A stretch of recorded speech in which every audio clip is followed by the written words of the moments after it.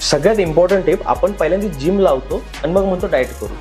मी जर आज ह्या जागेवरती आहे, जसं मी सांगितलं की मी एक इंटरनॅशनल चॅम्पियन आहे, नॅशनल चॅम्पियन आहे, तर मी म्हणेन की त्यातलं फक्त 20% श्रेय माझं आहे, 80% श्रेय माझ्या पूर्ण फॅमिलीचं.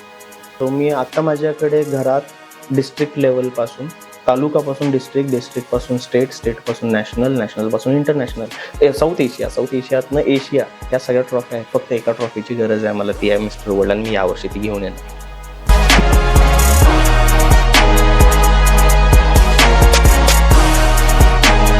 आपण काही नावं ऐकत असते, आपल्या आसपासच्या लोकांच्या तोंडावरती नाव दिसत असते, आणि त्या नावाच्या मागे काय स्ट्रगल आहे, काय स्टोरी आहे, ते आहे जाणून घ्यायचं आपल्याला. त्यासाठी एक क्युरिओसिटी झालेली असते की हे नाव आधी ऐकायला मिळत नव्हतं पण आता ऐकायला येते, ते अचानक कसं काय आलं, किंवा त्या मागचा स्ट्रगल काय आहे हे आपल्याला जाणून घ्यायचं सगळ्यांनाच एक क्युरिओसिटी झालेलं असते.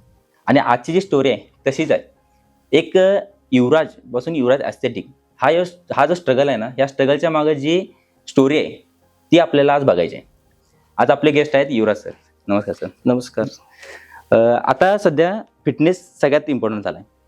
जो डॉक्टर असू देत किंवा सगळेजण आपल्याला प्रेफरन्स करायला की फिटनेसवरती फोकस करायला पाहिजे. बरोबर आहे. मग फिटनेस किती इम्पॉर्टंट आहे आणि फिटनेस आणि बॉडी बिल्डिंग मध्ये काय फरक आहे? ओके, सगळ्यात पहिल्यांदा थँक्स तुम्हाला की मला इथे इन्व्हाइट केलं. कारण की कसं असतं, बऱ्याचदा लोकांना शेअर करायला खूप असतं, खरं त्यांना ती संधी भेटत नाही. मी बऱ्याच जागेवरती जिथे मला गेस्ट म्हणून बोलला, मी तिथं बोलतो आणि सगळेजणांचा मला फीडबॅक येतो की तुम्ही खूप चांगलं सांगता. तर मला सगळ्यात पहिल्यांदा थँक्यू की तुम्ही मला ही ऑपॉर्च्युनिटी दिली की मला पूर्ण एक्सप्रेस करता येईल, जे काय असेल याचे टिप्स अँड ट्रिक्स मला तुम्हाला देता येतील. तर तुमच्या क्वेश्चनवरती की फिटनेस आणि बॉडी बिल्डिंग मध्ये फरक काय आहे, तर ह्याला एक चांगल्या एक्झाम्पलने आपण समजून घेऊ. आपण जे घरात गुलाबाचं झाड लावतो, एखाद्या कुंडीत लावतो, म्हणजे फिटनेस आहे. आणि जे रस्त्यावरती झाड असतं ते बॉडी बिल्डिंग आहे. दोन्ही पण झाडच आहेत, दोघांचं बिगिनिंग एकाच जागेवर नाही. खरं ते जे आपलं गुलाबाचं झाड असेल किंवा हे छोटं, आता हे झाड आहे, हे एक सर्टन टाइम वरती येऊन थांबतं, त्याच्या पुढे ते जात नाही. तसं सेम बॉडी बिल्डिंग ही फिटनेस पासूनच चालू होते आणि ती नंतर फिटनेस मागं सोडून पुढे ऍज अ करिअर किंवा ऍज अ स्पोर्ट म्हणून बघितली जाते आणि ती मोठी होते. जसं की भरपूर लोक आता अलीकडे कॅलरी कॉन्शियस आहेत किंवा प्रोटीन मला एवढं की पाहिजे असे कॉन्शियस आहेत लोक, ठीक आहे. पण किती जणांना ते फॉलो करता येतं, तर फार कमी जणांना. आता काही लोक आपल्यात असे आहेत की मी महिन्यातनं फक्त 2-3दा बाहेर खातो किंवा 4-5दा बाहेर होतो, बाकी मी जेवढं असतं तेवढे हेल्दी खाऊ. ह्याला तुम्हाला ऑप्शन आहे किंवा ह्याला तुम्हाला एक काय म्हणतो आपण, ह्याला एक मार्जिन आहे की बाबा हा नाही झालं तरी ठीक आहे. बॉडी बिल्डिंगला तसं नाही. बॉडी बिल्डिंग अगदी तपश्चर्यासारखं आहे. एखादा मील आणि तुमची बॉडी खराब. एक्झॅक्ट पाहिजे आपल्याला. Exact right. म्हणजे जर मला कोणी विचारलं की बॉडी बिल्डिंग इज व्हॉट, ज्यावेळेस प्रोफेशनल लेवलला तुम्ही चॅम्पियन लेवलला विचार करता, तर I will say it's walking on the knife. म्हणजे थोडंसं हे जास्त बिघडली, थोडंसं ते जास्त बिघडली. मग ना वर्कआउट जास्त करून चालतो, ना डाएट जास्त करून चालतं, ना तुम्हाला झोप कमी किंवा जास्त करून चालते. एकदम मार्जिनल, एकदम 2+2=4 असतं, तसं सेम रिझल्ट जर आपल्याला पाहिजे असतील तर तुम्हाला बॉडी बिल्डिंग करायला लागते. म्हणजे बॉडी बिल्डिंग इज दॅट. आणि फिटनेस इज लाईक, ठीक आहे मी खुश राहून आनंदात, भले ठीक आहे की माझं सगळं लाईफ मॅनेज करत मी करतोय, दॅट इज फिटनेस. आणि फिटनेस असं नाहीये की जस्ट जिमचा workout, heavy workout. Fitness is yoga, fitness is meditation, physical activity कोणती तरी पाहिजे, कुठलीही फिजिकल ऍक्टिव्हिटी, दॅट्स फिटनेस. आता तुमची बॉडी बिल्डिंगच्या आधी लाईफ काय होती आणि तेव्हा स्वप्न काय होती? राईट, थँक्स हा क्वेश्चन विचारल्याबद्दल. माझी लाईफ, मला भरपूर लोकांना माहिती आहे जे मला ओळखतात ते. मी एक इलेक्ट्रिकल इंजिनियर आहे. मी डिप्लोमा, डिग्री आणि MTech first class distinction pass out आहे. आणि मला हे आवर्जून सांगायचं की मी माझ्या डिप्लोमाचा बेस्ट आउटगोईंग स्टुडंट होतो. आणि माझ्या मते डिस्ट्रिक्टमध्ये मी फर्स्ट नंबर होता माझा इलेक्ट्रिकल इंजिनिअरिंग मध्ये. हो. आणि इंजिनिअरिंगलाच असताना मी भरपूर काय काय केलेलं आहे. जसं पेपर प्रेझेंटेशन असेल, पोस्टर प्रेझेंटेशन असेल. मी पेपर प्रेझेंटेशनचा विनर आहे MSBTचा, Maharashtra state board of technical एज्युकेशनचा. सो असं बरंच काही माझं इंजिनिअरिंग रिलेटेड होतं. कारण की माझे वडील कोयना प्रकल्प जो आहे त्याला ऍज अ इंजिनियर वर्क करत होते. आणि ऑब्व्हियसली मला सगळं इंजिनिअरिंगचं बघायला भेटायचं, लाईक लोकांना असं इमॅजिन करायला लागायचं, आम्हाला बघायला भेटायचं डायरेक्ट. त्यामुळे मग इंजिनिअरिंगकडे कल होता आणि डोकं पण तसं चालायचं. म्हणजे हसायला येईल, बट ज्यावेळेस टीचर समोर सांगायचं त्यावेळेस मला असं दिसायचं नाही का की हा मुवमेंट व्हिज्युअलायझेशन व्हायचं एक्झॅक्टली. त्यामुळे I was a very good engineer. एक किस्सा मी तुम्हाला सांगतो जर टाइम अलाव करताय तर. आमचा एक प्रोजेक्ट होता, डिप्लोमाचा फायनल इयरचा प्रोजेक्ट असतो. आम्हाला प्रोजेक्ट काय दिला होता, 30 वर्ष जुनी एक मोटर आणि जनरेटर सेट होता, त्याची इफिशियन्सी आम्हाला 80% करायची होती. 80%. आणि आम्ही त्याच्यावरती वर्किंग केलं, ट्रबल शूटिंग केलं, भरपूर काय काय काय केलं. आणि फायनली त्या प्रोजेक्टच्या वेळेस आम्ही रिझल्ट काढला तर त्याची एफिशियन्सी 82% झाली. मग 82% झाल्यावरती जे आम्हाला एक्सटर्नल आले होते त्या एक्सटर्नल आम्हाला म्हटले की हे पॉसिबल नाहीये, जस्ट 80s येणार. मग त्यांनी मला सांगितलं होतं जर नाही आली तर तुझ्या आज इथे मी ओरल ठेवणार. सो माझं एक इयर ड्रॉप बसला असं. आय वॉज सो कॉन्फिडंट की मी त्यांना म्हणलं की सर चला मी तुम्हाला आणून दाखवतो. अँड आय मेड इट 82% आणि मी दाखवली त्यांना. दॅट्स हाऊ माझा त्या इलेक्ट्रिकल इंजिनिअरिंग फील्ड वरती होल्ड होता. एवढं सगळं इंजिनिअरिंग असताना मग बॉडी बिल्डिंग कडे किंवा फिटनेस कडे याचं रिझन काय? त्याचं रिझन पण घरचं एक थोडंसं बॅकग्राऊंड आहे. कारण की पप्पा मम्मी दोघंही फिटनेसमध्ये आहेत. त्यावेळेस पासून करत होते. मला अजून आठवत आहे की त्यावेळेस रामदेव बाबांची क्रेज होती, भरपूर क्रेज होती. सगळेजण सकाळी उठून आपलं योगाचं करायचे. पप्पा माझ्याकडून ते करून घ्यायचे, जसं की ते अंगठा उचलून ते मानेच्या मागे टाका, असं काय काय होतं. आणि घरात पण ऍक्च्युअल मध्ये म्हणजे आता इकडे सिटी साईडला लोक दूध बिस्किट खातील किंवा चहा बिस्किट खातात किंवा खारी खातात. आम्ही स्प्राउट्स खायचो. हे लहानपणापासूनच होतं. आणि पप्पा स्वतः आधी बॉडी बिल्डिंग करत होते, कधी कम्पीट केलेले नव्हते. तर पप्पांचे स्वतःचे एक 4-5 स्टुडंट होते. तिथं कामगार कल्याण केंद्र असतं आपल्या ह्यांचं गव्हर्नमेंटवाल्यांचं. तर तिथले काही मुलं पप्पांचे इथे वर्कआउटला यायचे आणि पप्पांनी स्वतःचे ते इक्विपमेंट्स बनवले होते. मग त्या इक्विपमेंट्स वरती ते वर्कआउट करायचे. आता आपल्याला कसं असतं की लहान मुलांनी जिम करायची नसते, मग लहान मुलांनी योगा करायचा. मग मी योगा करायचो. ह्या ह्याच्यात काय झालं की मी बघायचो फक्त त्यांना. मग ते दादा वगैरे त्यांच्या कॉम्पिटिशनला जाऊन असे पोज बीज एकदम मसल बाहेर करून करायचे, भारी वाटायचं. आणि मी लहानपणापासूनच थोडस मस्क्युलिनिटी इकडे जास्त माझा कल होता. सो मी मूवीज बघायचो, अर्नोल्डचे, कमांडर, टर्मिनेटर, किंवा मग जॅकी चेनचे बघायचो, किंवा आपले ब्रुसलीचे बघायचो. सो ऑलरेडी त्यांच्या कशा बॉडी बिडी एकदम छान ढासू होत्या. मग हे सारखं मनात होतं, ठीक आहे, बट ह्याला स्ट्राईक झालेलं नव्हतं, म्हणजे ठिणगी पडलेली नव्हती. मनात आहे खरं, ते नसतं एक ठिणगी पडली मग आग लागली. एक मुवमेंट असते, एक मुवमेंट असतो. मग आम्ही डिप्लोमाला असताना डायरेक्ट सेकंड इयर ऍडमिशन झालं होतं. ITIचा एक मुलगा होता ज्याचं नाव होतं प्रमोद काजारी. तो बॉडी बिल्डर होता. मग तो असं एकदम टी शर्ट एकदम टाईट, आज माझं कसं टी शर्ट बसलाय तसं तसे ते घालून येत होते. मग त्याच्याशी सगळी जण रिस्पेक्टफुली बोलायचे. ठीक आहे, म्हणजे हे काय रे असं आपण इतरांना करत त्याला हा रे काय म्हणताय असं. इव्हन शिक्षक लोक पण त्याशी इज्जतीत बोलायचे. टोन चेंज असायचा, टोन चेंज व्हायचं. म्हणजे आपण म्हणतो ना की एक ऑरा चेंज होतो, तसा त्यांचा तो आला की ओरा चेंज होतो. आम्हाला भारी वाटायचं त्याला बघून. मग जसं डिप्लोमा संपला, डिप्लोमा डिग्रीच्या मध्ये 2-3 महिन्याची सुट्टी होती. माझे जे काय बेस्ट फ्रेंड होते त्यावेळेस त्यांना घेतलं मी, कारण म्हणून माझा मित्र होता. पप्पांचे इक्विपमेंट्स होतेच ऑलरेडी. मग ते काढले, आम्ही धुतले, पुसले वगैरे, एक रूम केली आणि दोघं वर्कआउट करायचं. त्यावेळेस आम्हाला बॉडी म्हणजे काय असं एवढं माहित नव्हतं. ऍब्स म्हणजे बॉडी. एखाद्या लहान मुलाला जर विचारलं की एखाद्याची बॉडी काय, तर ऍब्स म्हणजे आपली बॉडी झाली. आम्ही उठ सूट नुसतं ऍब्स मारायचो. म्हणजे पटणार नाही लोकांना, आम्ही 300, 400 रेपिटेशन मारायचो ऍब्स साठी. आता जे झाले बिगिनर लोकांना तेच माहिती असतं. आणि आमच्या दोघांच्यात आहे ना कॉम्पिटिशन लागायची. त्यावेळेस एक टायगरचा बिस्किट पुडा यायचा नवीन, 5 रुपयाचा. त्याने हॅपी काढला होता, हॅपी सॉरी. आम्ही त्याच्यावरती बेट लावायचो की तू जास्त मारलेस तर मी तुला देणार, असं करत आम्ही ते मारायचो. सो दॅट्स हाऊ ह्या सगळ्या गोष्टी झाल्या. जेव्हा कॉम्पिटिशन खेळायचं आहे हे जेव्हा ठरवलं तेव्हा काय व्हिजन होतं मागच्या लाईफ किंवा पुढे लाईफला बघायचं? राईट. ज्यावेळेस मग आता ही जिथं मी सांगितलं की आता हे बिगिनिंग चालू झाली होती आम्हाला डिप्लोमा आणि डिग्रीच्या सुट्टीमध्ये. मला खूप चांगले, जसं मी सांगितलं टॉपर असल्यामुळे मला खूप चांगले कॉलेजेस भेटले होते. खरं मग बॉडी बनायला चालू झाली पहिल्या 1-2-3 महिन्यातच. मग डोक्यात सारखं असं राहत होतं की अरे कसं असतं माहितीये, माणूस बॉडी बनवायची त्यावेळेस सोडून देतो ज्यावेळेस त्याला रिझल्ट भेटत नाही. जर रिझल्ट दिसायला लागले तुम्हाला तर तो माणूस कंटिन्युअस त्या जिमला जायला चालू करतो, ते ऍडिक्शन होऊन जातं. ते मला झालं 2 ते 3 महिन्यात. मग मला ऍडमिशन खूप चांगल्या कॉलेजेसमध्ये भेटलं होतं, जसं की one of the well known college, very well known electrical इंजिनिअरिंगसाठी फिनोलेक्स कॉलेज आहे रत्नागिरीचं. त्यात माझं पहिल्याच राऊंडला झालं होतं. पण मग त्यांची जिम लांब होती, म्हणजे कॉलेजमध्ये जिम होती आणि हॉस्टेल्स लांब होते. मग ती जाणार कोण? मग त्यावेळेस पप्पांनी घोडावत कॉलेज, संजय घोडावत कॉलेजचं पॅम्पलेट आणले होते. म्हटलं त्याची मी व्हिडिओ बघितली युट्यूबवर, आणि युट्यूबवरती त्यांच्याशी भव्य दिव्य जिम दाखवली. व्हिडिओ एक व्हिडिओ आहे भव्य दिव्य जिम. मी घरात कुणाला नाही सांगितलं, म्हणलं पप्पा या कॉलेजला जायचंय जिमसाठी. कारण की मला माहिती होतं आपल्याला हॉस्टेलला तर राहायचं आहे, आणि मी आधीपासून लाईक स्कूलिंग, माझं डिप्लोमा हे सगळं घर बसल्या झालं होतं. म्हणजे घरापासून जाऊन येऊन हॉस्टेलला राहायचा कधी योग आला नव्हता. मला हॉस्टेलला राहायचं तर मग बॉडी तरी बनवू, ह्या हिशोबाने मग मी ऍडमिशन केलं इकडे आणि आलो. इथे आल्या आल्या जस्ट माझ्या मते नोव्हेंबरमध्ये आमचे ऍडमिशन झाले होते, आणि लगेच जानेवारीमध्ये शिवाजी युनिव्हर्सिटीची लीड बॉडी बिल्डिंग कॉम्पिटिशन होते इंजिनिअरिंग कॉलेजेस मधले. आणि मला ही न्यूज कळाली, बॉडी चांगली होती, आणि मी आधीपासून स्पोर्ट्स मध्ये होतो. म्हणजे मी एकदम लहानपणी मी तायक्वांदोला होतो, कराटेला.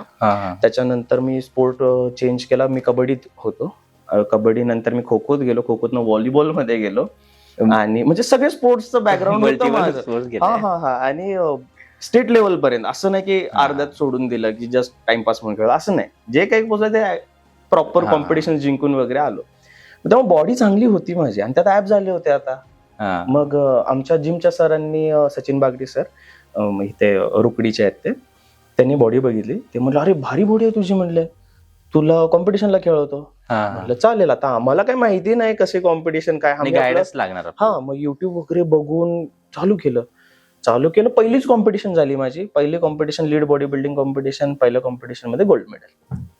तो मुवमेंट एक नंबर आहे. तिथून मग सगळा टर्निंग पॉइंट असणार. म्हणजे आता मी जसं सांगितलं, एकदा तुम्हाला रिझल्ट भेटला की माणूस त्याला ऍडिक्ट होतो. मग आता मला बॉडी तर बनत होती, आता बॉडी बिल्डिंग मध्ये नंबर बसला म्हटलं तर मी ढगात गेलो. तो मुवमेंट झाला. आता ही सगळी जर्नी असताना युट्यूबवर असं कुठली रेसिपी बघितलाय, हे बघितल्यानंतर वेट वाढते, आता आठवलं की आपल्याला हसू येते. राईट बॉस ह्या पॉडकास्टच्या माध्यमातून मी तुम्हाला सगळ्यांना सांगतो, प्रत्येक जणांची सुरुवात इथनच होते की सर्च करा कुठं काय आहे काय. आणि आता तर सोशल मीडियाचा जमाना आहे, लोक व्ह्यूज साठी काही पण टाकतात. ठीक आहे, बरेचसे असे उदाहरणाचे व्ह्यूज साठी काही पण टाकतात, त्यांना व्ह्यूज भेटतात, त्यांना त्याचे पैसे भेटतात. मी ते ज्यावेळेस तुम्हाला ह्यातनं पैसे कसे असतात काय असतात ते समजायच्या वेळेस मी सांगेन की ह्या गोष्टी काय असतात. बट त्यांना त्या पैसे मिळतात त्यासाठी ते असं कंटेंट बनवतात, आणि त्या ह्याच्यात आपल्यासारखे साधी सामान्य लोक फसतात. आता ज्या वेळेस मी इंडस्ट्रीत आलो, मला अजून आठवते 2015-16चा तो काळ असेल, म्हणजे झाले 10 वर्ष आधी.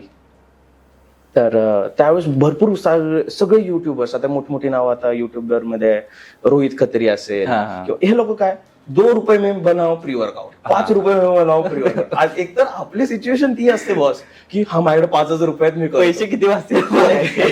एक्झॅक्टली. मग आम्ही पण हे उपद्याप केले. तरुण गिल पण त्यावेळेस होता, तर तरुण गिल त्यावेळेस एवढे वेडेपणा करत नाही, पण तेव्हा काय तर ते तो स्ट्रगल दाखवतो. राईट. त्यावेळेस वेडेपणा करत नव्हता. त्यावेळेस तो हा कसा आहे ह्याचं इंटरव्ह्यू घेत फिरायचा तो. आणि ह्या सगळ्या अशा सिच्युएशन चालू होत्या. मग त्यात मी भरपूर सगळ्यांचे बघितले, व्हिडिओज चेक केल्या. मग प्रत्येक जणाच्या वेनी मी वर्कआउट केला. एकतर मी जसं सांगितलं की मला एकतर कॉलेज, हॉस्टेल आणि जिम हे 3च गोष्टी उरल्या, बाकी काय काम धंदेच नाहीयेत. आणि त्यात जिओ नवीन आलं होतं, जिओने फुल फ्री वायफाय दिलं होतं. त्यामुळे आम्ही रात्री झोपायचोच नाही, आम्ही 12 वाजेवर मी असं बघत बसलेला असणार बॉडी कशी बनवायची. मग एखाद्याचं एक ऐकून आलं, आपण ते करायला चालू केलं, मग तसाच वर्कआउट करायचा. मग भेंडी आम्हाला हे कळायचं नाही की त्याची बॉडी होते माझी होत नाहीये, प्रकार काय आहे. मग तेवढं दुसऱ्याची व्हिडिओ नाही, ऐसा नाही उसको ऐसा करना होता है, ठीक आहे आम्ही वैसा करणं चालू, तरी पण बॉडी होईना. मग असं करत करत सगळं टेस्ट अँड ट्रायल असं भरपूर गोष्टी झाल्या. म्हणजे अगदी वेडेपणा. त्यावेळेस काय की नाही, मी कसं आहे, मी ऍक्च्युली कॉन्व्हेंट बॅकग्राऊंडचा असल्यामुळे मी जे इंग्लिश बोलतात US वगैरे तिकडच्या पण इन्फ्लुएन्सर्सला फॉलो करायचो. मग तिकडे ती टेक्निक आली होती की ब्लड फ्लो रिस्ट्रिक्शन ट्रेनिंग, ज्याला बेल्ट बांधतात, आणि तुम्हाला आता ती बघायला भेटते कुठे? नाही. का नाही?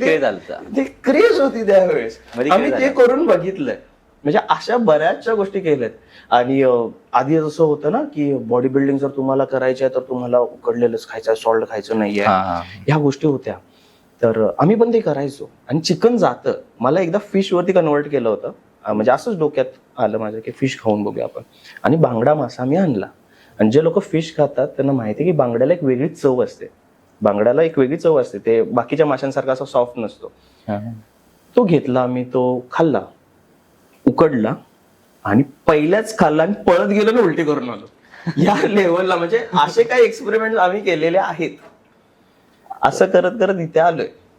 मला आठवत आहे मी युट्यूबवरती सर्च केलेलं, मी पण स्टार्टिंगलाच केलेलं, ते शाबू रात्री भिजत घाला, दुधामध्ये त्याला उकडा, साखर घाला. मला वाटतं मी घरामध्ये सगळ्या त्या गोष्टी लेख होता. म्हटलं अशा गोष्टी असतात त्या युट्यूबवरती आपण सर्च करतोय, बरोबर, त्याचा रिझल्ट तर काय नसतं. नाही. आता हे सगळी तुमची बॅकग्राऊंड जर्नी झाली. ह्यामध्ये तुम्हाला अशी कुठली कॉम्पिटिशन टफ गेल्या की कॉम्पिटिशन मोठी असेल किंवा लहान असेल पण त्याची तयारी करताना तुम्हाला टफ गेले? हो, राईट. अशा 2-3 कॉम्पिटिशन आहेत आणि मला असं त्यापैकी चूज नाही करता येणार की यातली सगळ्यात टफेस्ट कोणती, बट या तिन्ही पण इक्वली टफ होत्या. सगळ्यात पहिली तर ही होती की जसं मी सांगितलं लीड बॉडी बिल्डिंग कॉम्पिटिशन, ज्यात मी गोल्ड मेडल घेतलं होतं. आणि सेकंड इयर फर्स्ट वाली सगळ्यात पहिली. त्याच्यानंतर जे सेकंड इयरला परत तीच कॉम्पिटिशन आहे, एव्हरी इयर होते ते. जसे सेकंड इयरला मी ठरवलं होतं की आता पण गोल्ड घ्यायचा आहे, मी त्या तयारीत होतो. तर संजय घोडावत कॉलेजचा एक इतिहास असा आहे बॉडी बिल्डिंगच्या बाबतीत की तिथे लीड बॉडी बिल्डिंग मध्ये एकही टायटल आजपर्यंत आलेलं नव्हतं. टायटल इज व्हॉट की सगळ्या चॅम्पियनचा चॅम्पियन, प्रत्येक गटातला एक चॅम्पियन येतो, त्यांच्यात परत कॉम्पिटिशन होते आणि त्यातला champion.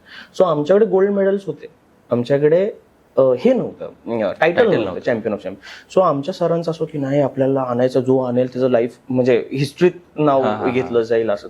So I was completely focus, मला हे पाहिजे, मला ते पाहिजे. कारण मी बॉडी बिल्डिंग मध्ये उतरलो यासाठी की लोक मला रेकग्नाइज करावे, लोक मला रिस्पेक्टफुली बघावे. सो मी त्या तयारीत होतो फुल एकदम. आणि 4-5 तास वर्कआउट करायचो त्यावेळेस. आणि डाएट, हॉस्टेलला राहिला होतो, कसं डाएट मॅनेज करायचो. आणि लिटरली 1 महिना राहिला होता कॉम्पिटिशनला आणि मला कुत्रा चावला पायाला. आणि हेवी बाईट होतं ते, 3rd डिग्री बाईट होतं. 3rd degree bite is what की खूप मांसचा तुकडा पडलाय आणि रक्त भरपूर गेलं.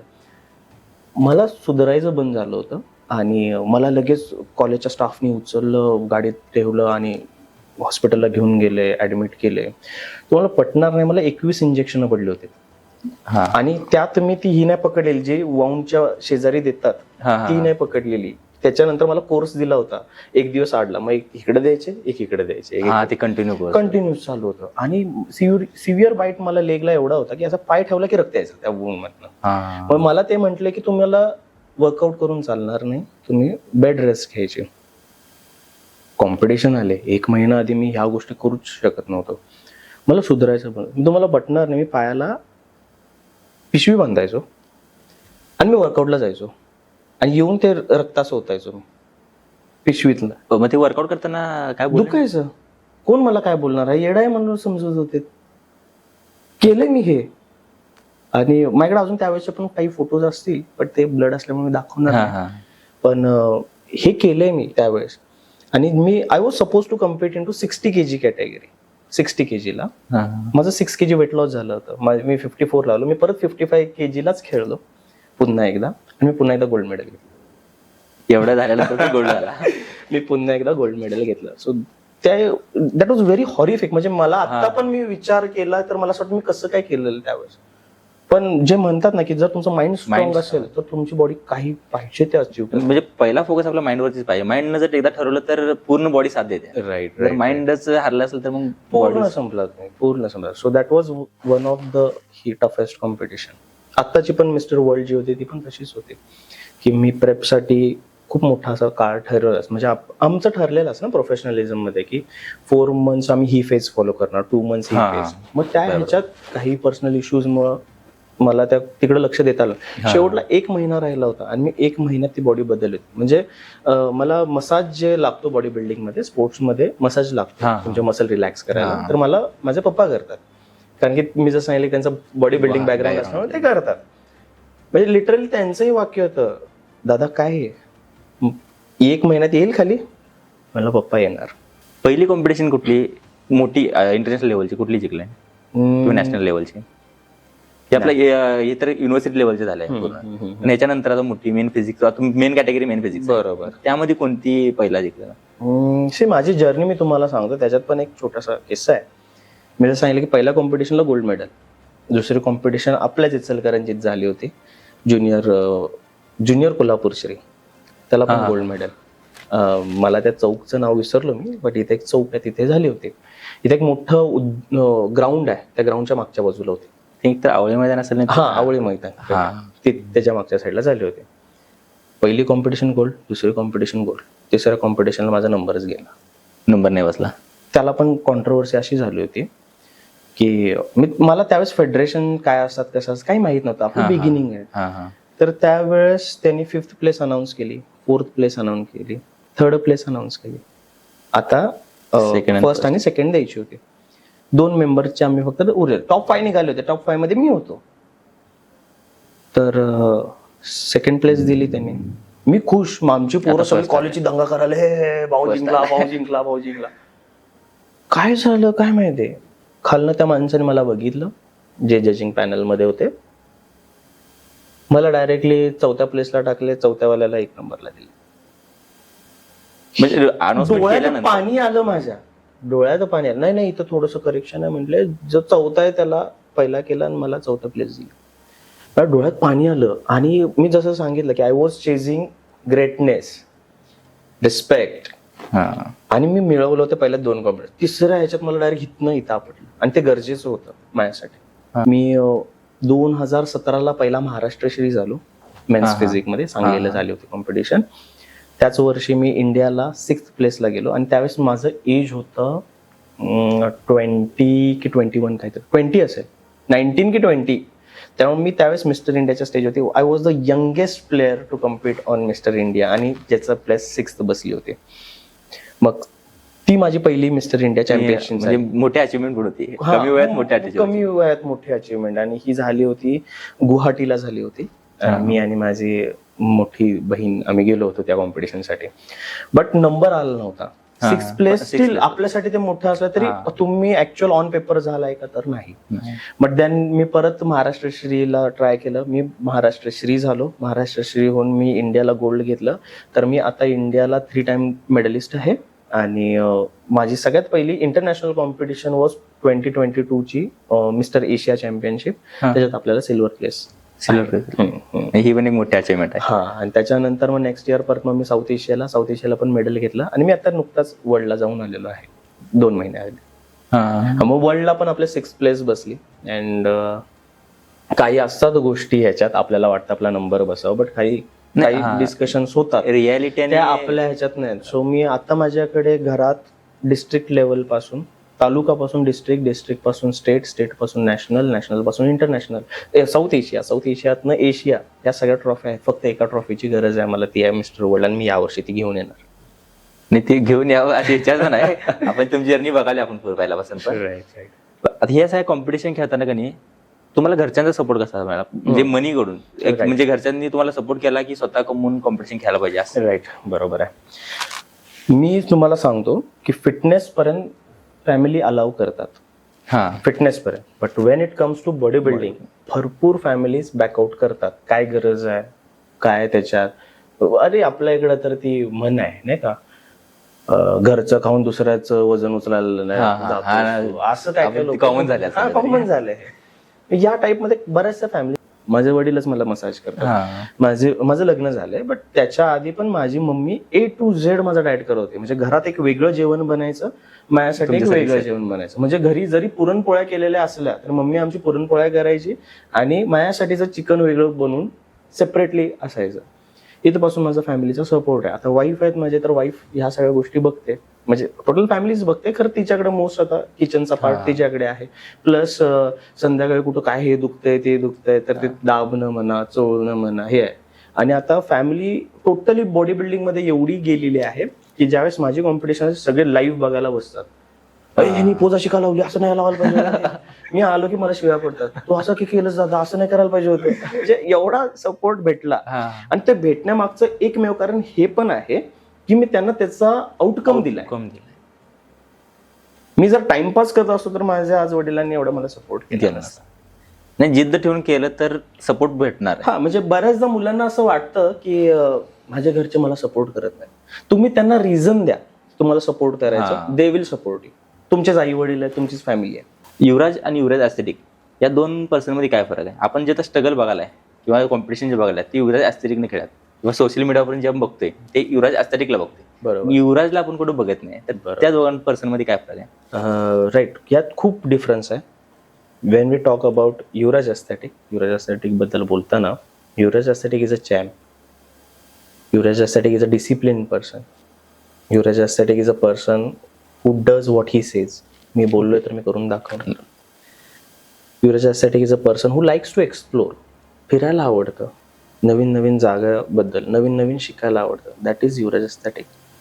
But when it comes to Yuvraj, मी off camera, of social media खूप जॉली पर्सन आहे. एक परफेक्ट वर्ड इज जॉली. म्हणजे मी येतं आता कोणाला तरी चिडवत असेल, कोणाला तरी कळ काढत असेल, ठीक आहे, कोणाच तरी मिमिक्री करत असेल, कोण ड्रामा चाललेला असेल, आणि खायला खूप आवडतं मला. म्हणजे एवढं आवडतं मला, प्रचंड खायला आवडतं खूप. युवराज ॲस्थेटिकला जपताना युवराजला जीभ सांभाळायला पाहिजे. बॉस असं होतं. म्हणजे ज्यावेळेस मी कॉम्पिटिशन फेज मध्ये असो, so that is Yuvraj aesthetic phase, ठीक आहे. तर त्यात बॉडी बिल्डिंग मध्ये मेन थिंग हे आहे की तुम्हाला तोंडाला कुलूप लावायला लागतं. ज्याचं कम्प्लीट ऑपोजिट पर्सनॅलिटी युवराज आहे. मला जिलेबी खूप आवडते, खूप साखर, स्वीट टूथ खूप आहे.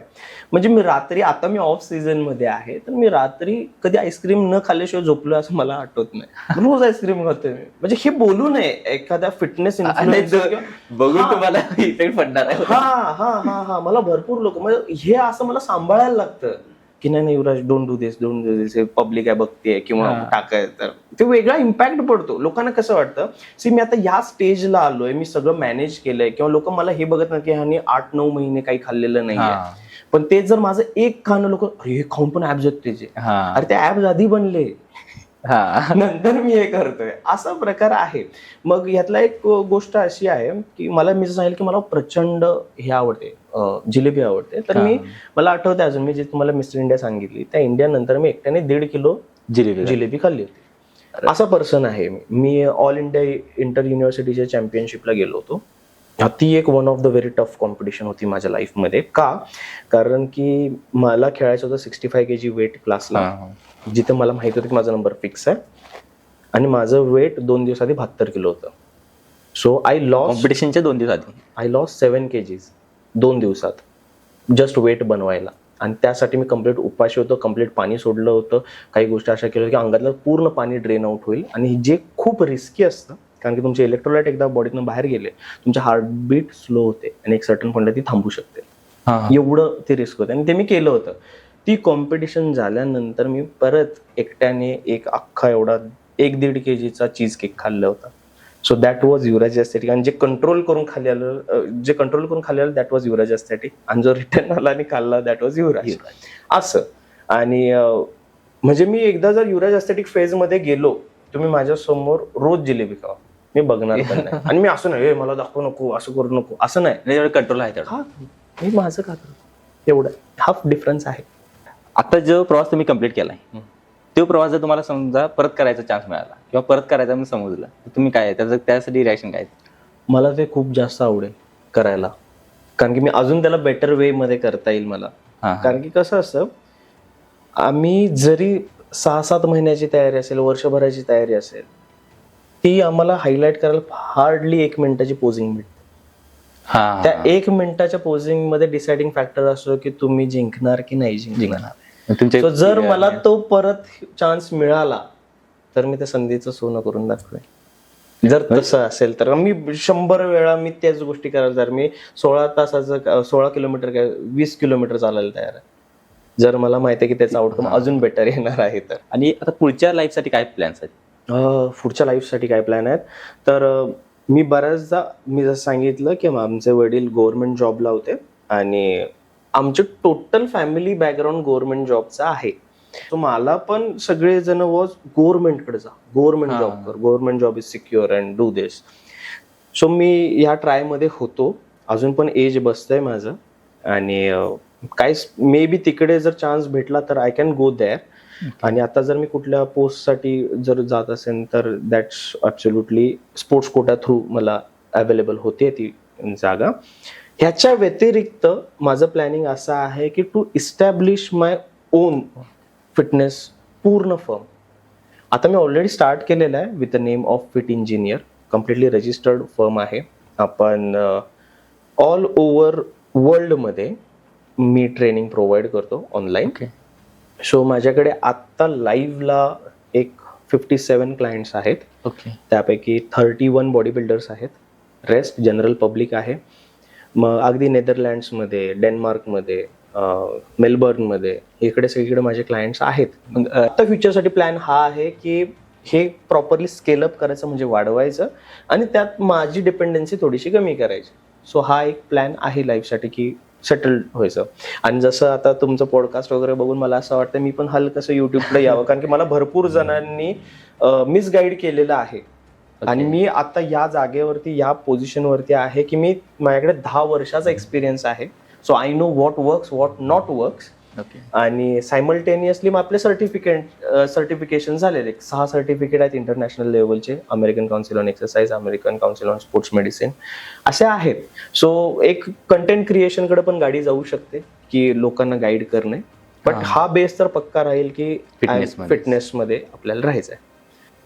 आता जे नवीन जिमला जॉईन केलं त्यांच्यासाठी काय 1-2 टिप्स द्यायच्या? राईट. सगळ्यात इम्पॉर्टंट टिप, आपण पहिल्यांदा जिम लावतो आणि मग म्हणतो डाएट करू. सगळ्यांचं हे असतं. मी पहिला जिमला जातो, डाएट नंतर करतो पुढच्या आठवड्यापासून, दुसऱ्या दिवसापासून. तर ह्याचं एक एक्झाम्पल देईन मी. तुम्ही ज्यावेळेस कुठेतरी बाहेर जर्नीला जाता, तुमच्या गाडीत पेट्रोल नसतं, तुम्ही पहिला जर्नीला जाऊन मग पेट्रोल टाकता का पेट्रोल टाकता मग जर्नीला नाही, पहिला पेट्रोल टाकायला पेट्रोल टाकतो. मग पेट्रोल काय आहे? न्यूट्रिशन तर आहे, एनर्जी तिथनंच येणार आहे आपल्याला. भरपूर लोकांनी ही चूक केलेली आहे आणि भरपूर लोक अजूनही इथे चुकतात की पहिल्यांदा जिम लावतात मग रिकव्हरीचं बघतात. तर पहिल्यांदा मी तर असं सजेस्ट करेन की मला पुढच्या आठवड्यात जिम लावायचं तर मी आत्तापासून डाएट पहिला फिक्स करणार, जेणेकरून मला एनर्जी भेटेल, जेणेकरून माझी रिकव्हरी चांगली होईल, जेणेकरून मी पहिल्या दिवशी गेल्यावरती जे माझं अंगदुखी आहे ती हलकीशी कमी राहील, कारण की माझं न्यूट्रिशन प्रॉपर आहे. तो सगळ्यात पहिली थिंग मी एखाद्या बिगिनरला ही देईन की इथनं चालू करा, पहिला डाएट चालू करा. सेकंड टिप माझी ही असेल लोकांना, आणि मी हे सगळ्यांना हे सांगतोय की हे स्क्रिप्टेड नाहीये, मला अचानक कळतंय आणि मी सांगतोय का, कारण की हे मला जाणवलंय, हे झालंय म्हणून मी तुम्हाला सांगतो. सेकंड फॅक्ट ही आहे की जिमला गेलात की लाज लज्जा सोडून द्या. बऱ्याचदा कसं होतं की कोणतरी माझ्यासारखा तुमच्या शेजारी असेल तर मी 30 किलोच्या डंबेलने मारत असेल, पण ते फॅक्टर बनते. 30 किलोनी मारतोय, मी कुठं 2.5 किलोने घेऊ.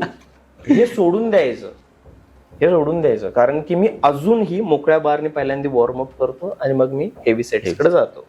सो आपल्याला दुसऱ्याला कम्पेअर करायचं नाहीये, आपल्याला जे युजफुल आहे ते करायचं. सो हे नेहमी डोक्यात ठेवा की don't go for show off, go for your wellbeing.